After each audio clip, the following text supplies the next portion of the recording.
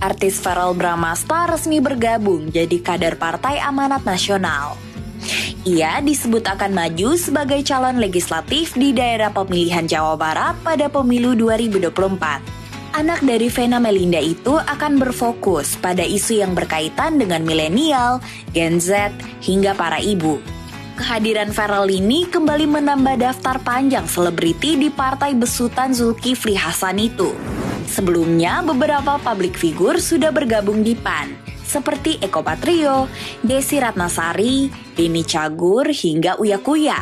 Kehadiran new media ini bikin potensi artis sebagai vote getter mengalami pergeseran. Jadi memang secara garis umum itu menunjukkan bahwa fungsi vote getter itu lambat laun bergeser trennya, Mbak. Dari yang dulunya itu artis konvensional, entah itu pesinetron atau pemusik atau mungkin pemain seni lain, sekarang lebih bergeser pada aktor baru yang itu besar karena faktor sosial media.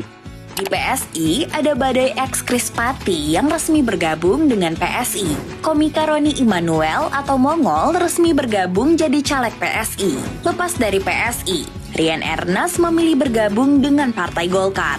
Mantan istri Deddy Corbuzier, Kalina Oktarani, disebut akan jadi caleg Partai Perindo. Berbeda dengan pilihan anaknya, Vena Melinda mengajukan diri sebagai bacaleg Partai Perindo. Fenomena artis terjun ke ranah politik bukanlah hal baru dan makin menguat sejak sistem proporsional terbuka pada 2004. Dalam hal ini, artis dijadikan alat untuk mendongkrak popularitas dan elektabilitas partai atau vote getter. Kalau secara garis besar itu kan memang fungsi artis ketika masuk ke parpol adalah sebagai vote getter ya. Artinya mereka itu sebagai pengumpul suara dari para fans yang mereka punyai. Jadi para parpol melirik mereka sebagai calon mesin partai baru dengan beberapa segmen fans yang mereka punyai.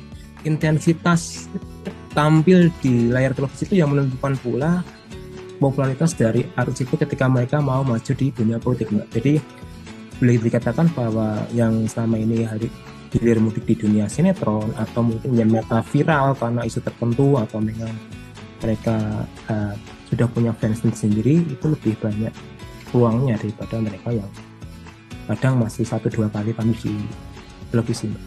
Ini juga tak terlepas dari pragmatisme parpol untuk mempertahankan kekuasaan di parlemen dengan bergerak menjadi match all party dan tak lagi memperjuangkan ideologi parpol.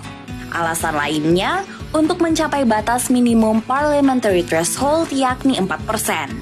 Pencalonan yang bukan berasal dari kadernya mengindikasikan krisis kaderisasi. Sebab ini membuktikan bahwa partai tak lagi memiliki kader ideologis dan hanya mengandalkan popularitas kader. Sekarang ini kan era personalisasi politik, di mana kekuatan personal itu lebih diutamakan daripada ideologi. Jadi masih belum banyak ya artis yang itu mengedepankan ideologi atau mungkin pemikiran ketika mereka masuk di dunia politik ya. Ya mungkin ini juga salah sistem kita pula, di mana kaderisasi yang tidak berjalan itu malah justru membuka peluang bagi artis untuk bisa masuk dunia politik secara cepat dan instan. Kebutuhan untuk tetap bertahan di kekuasaan itu semakin lama makin tinggi, Mbak. Sementara kebutuhan untuk menciptakan kader popularitas itu juga membutuhkan biaya banyak.